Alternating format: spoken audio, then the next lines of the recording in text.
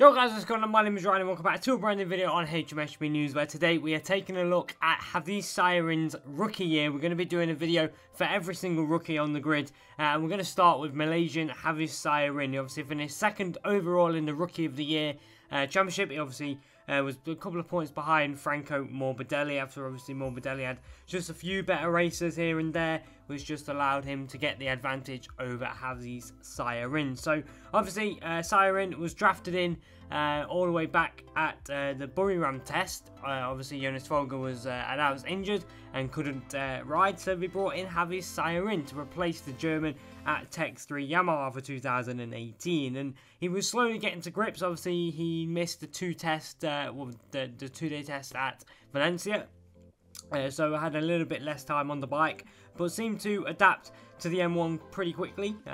He went to Qatar for the first round of the season, qualified 15th on the grid and got 2 points on his debut, finished in 14th position. Whereas in Argentina, round 2, it was a much better race at the Termas de Rio. Although he qualified down in 23rd in mixed, tricky conditions, but raced all the way up to 9th position with the drama that went on there.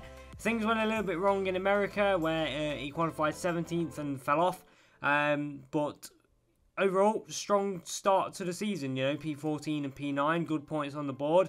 He then missed out on points at Jerez. He was 16th in the race there. Obviously, we know that Yamaha do struggle a little bit at, you know, Jerez, Barcelona, Valencia, places like that, where it can be really, really hot if Yamaha doesn't quite get on there. But round 5, P14 on the grid, and he finished in 12th place. So that was another good result for Syahrin, some more points on the board. And then at Mugello, round number 6 of the season, it was another 14th on the grid and another 12th position. So 2 back-to-back 12th positions with some points on the board for the Malaysian. And then unfortunately round 7 at Barcelona, it didn't work out there. He crashed out, he retired from the race in what was quite a nasty high side for the Malaysian. But then round 8, I think that was the Dutch round, I think, after Barcelona, he was 15th on the grid and unfortunately went backwards in the race, where he was 18th. So already you can see the little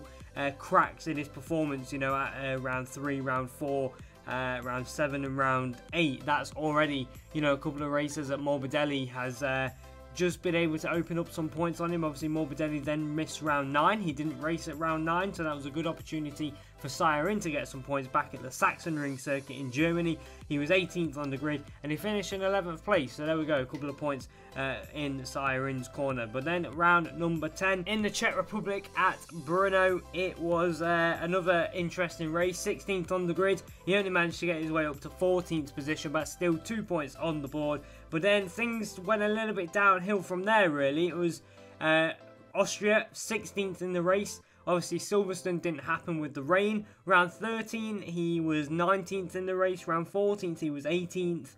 Round 14, he was 18th. And didn't return back to the points alright up until round 15, which was the first visit to Thailand. They finished 12th position there after qualifying in 18th. So, again, some good points on the board, but it was already, you know, that round 11, 13, 14 that Morbidelli had already opened up quite a lot of points on Syahrin, so that was his downfall. In round 16, Japan, it was P16 on the grid with a 10th position in the race, so some more good points for Syahrin there. And then we went off to Phillip Island, where unfortunately he crashed out of the race. Once again, he had a really good weekend.